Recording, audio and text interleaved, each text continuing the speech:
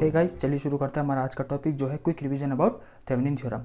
तो पहला पॉइंट दे रखा है हमेशा लीनियर सर्किट में अप्लाई करेंगे। आपको पता है आर एल सी तीनों लीनियर इक्वेशन को फॉलो करते हैं।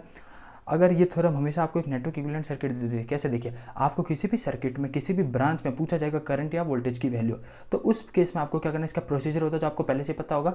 उस ब्रांच को हटा दीजिए, वीटीएच फाइंड कीजिए, उस टर्मिनल के अराउंड आरटीएच और जेड इक्विवेलेंट फाइंड कीजिए, और फिर एक सर्किट बनाइए जो इस तरह का होगा। वीटीएच की वैल्यू यहाँ, आरटीएच और जेड इक्विवेलेंट जो भी आपको मिला है वो यहाँ पर, और इन दोनों टर्मिनल के बीच में जिस ब्रांच के अलोंग आपको पूछा था इनिशियली जो आपने हटा दिया था उसको वापस आपको यहाँ प्लेस कर देने का।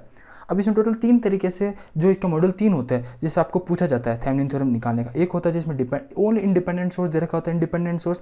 दूसरा कॉम्बिनेशन होता है इंडिपेंडेंट इंडिपेंडेंट का, और तीसरा हो जाता है सिर्फ और सिर्फ डिपेंडेंट सोर्स दे रखा होता है तब। तो बेसिकली आपको मैं तीनों पार्ट बताऊंगा। फर्स्ट वाले पार्ट में आपको बताऊंगा इंडिपेंडेंट सोर्स हो तब क्या करना होता है। तो गाइस, जैसा कि आपके सामने क्वेश्चन दे रखा है, इसमें मैं फाइंड करना है टर्मिनल ए और ए बी के बीच में थेवेनिन इक्विवेलेंट सर्किट को फाइंड करना है। तो देखिए, अगर कभी आपको इसमें तो डायरेक्ट पूछा जाता है, बट कभी भी क्वेश्चन में पूछा जाता है कि 10 ओम जो 10 ओम दे रखा है इसमें इसके अराउंड जो वोल्टेज ड्रॉप कितना हो गया, करंट कितना होगा, वो आपको निकालना होता है। तो आप इसमें थेवेनिन का यूज़ कर सकते हैं या फिर आप इसमें सुपरपोजिशन थ्योरम का भी यूज़ कर सकते हैं। अब देखिए इसमें यूज़ कैसे करना है। तो जिस टर्मिनल के अराउंड आपको पूछा गया है उसमें आपको मानना है एक वर्चुअल वोल्टेज मानना है वीटीएच। आप ये वोल्टेज अगर ये वीटीएच है तो ये भी वीटीएच होगा, ये वीटीएच है तो ये भी वीटीएच हो जाएगा, तो ये हो जाएगा वीटीएच। अब देखिए आपको फाइंड करना है वीटीएच। सबसे पहला आपका जो सबसे मेन जो काम है वो आपको फाइंड करना है वीटीएच। कैसे फाइंड करेंगे, देखिए ये अगर ग्राउंड है तो ये 40 वोल्ट है, तो ये 40, अगर ये 40 है तो ये भी 40, तो ये 40 वोल्ट हो जाएगा। अब देखिए इन दोनों के बीच में एक बैटरी देखिए, तो इन सुपर नोड का क्वेश्चन हो गया, तो यहाँ पर बैटरी देखिए जिसके वैल्यू 60, इसका मतलब VTH minus 40 equal to 60, VTH minus 40 is equal to 60।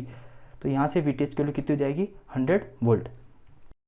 जो मैंने आपको बताया था नेटवर्क इक्विवेलेंट सर्किट, उसमें आपको वीटीएच की वैल्यू मिल चुकी है। अब आपको फाइंड करना है ए और बी टर्मिनल के बीच में आर इक्विवेलेंट की वैल्यू। उसके लिए मैंने आपको बेसिकली बताया था वोल्टेज सोर्स है तो शॉर्ट सर्किट, करंट सोर्स है तो ओपन सर्किट। मैं यहाँ पर इसका इक्विवेलेंट सर्किट बना देता हूँ। तो देखिए ये इक्विवेलेंट सर्किट बन जाएगा।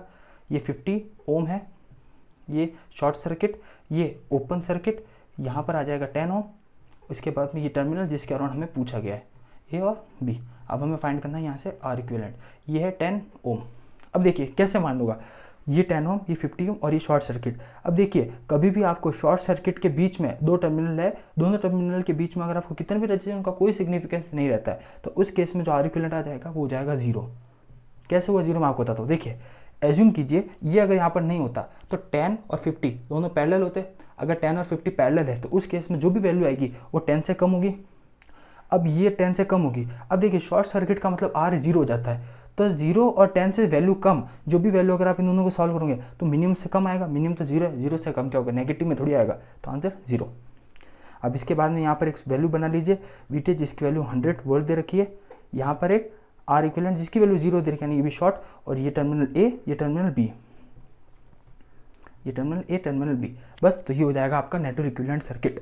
तो ये इस तरह से आप क्वेश्चन को सॉल्व कर सकते हैं। ये पार्ट 1 है। आने वाले पार्ट में आप इसका मॉड्यूल 2 जिसमें इंडिपेंडेंट और डिपेंडेंट, और साथ में मॉड्यूल 3 जिसमें ओनली डिपेंडेंट सोर्स को डिस्कस करेंगे। Thank you guys.